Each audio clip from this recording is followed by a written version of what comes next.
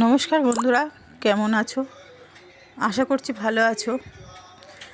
আমি খুব একটা ভালো নেই, আগের মতোই আছি। ডাক্তার তো বলেছেন প্রায় 1 থেকে 1.5 মাস বেড রেস্টে থাকতে হবে। হাই জন্ডিস, বিলিরুবিনটা অনেক হাই হয়ে গেছে এবং লিভার ইনফেকশন হয়ে গেছে। যাই হোক বন্ধুরা, আগের দিন বলেছিলাম তোমাদের যে আমার সিংহাসনের যে দুর্গা মূর্তিটি দেখছো তার একটি গল্প আছে।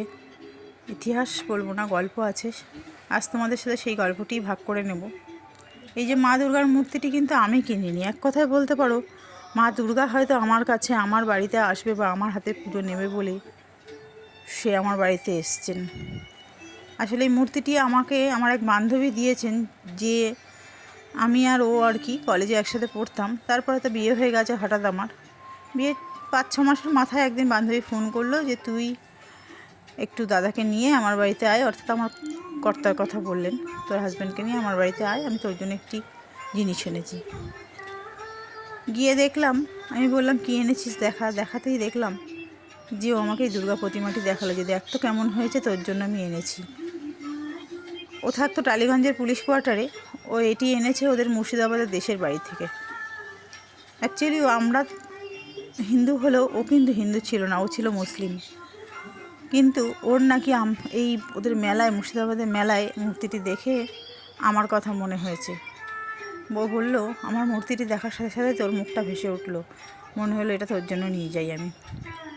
দেখো বন্ধুরা, ঠাকুর কার হাত থেকে কখন কার কাছে আসে। আমি একটু ঠাকুর বিশ্বাসী বেশি হয়তো। যাই হোক, মূর্তিটি আমার বাড়িতে প্রায় 17-18 বছর হয়ে গেল একইভাবে আমি পুজো করে যাচ্ছি, সকাল বিকেল জল মিষ্টি দিয়ে।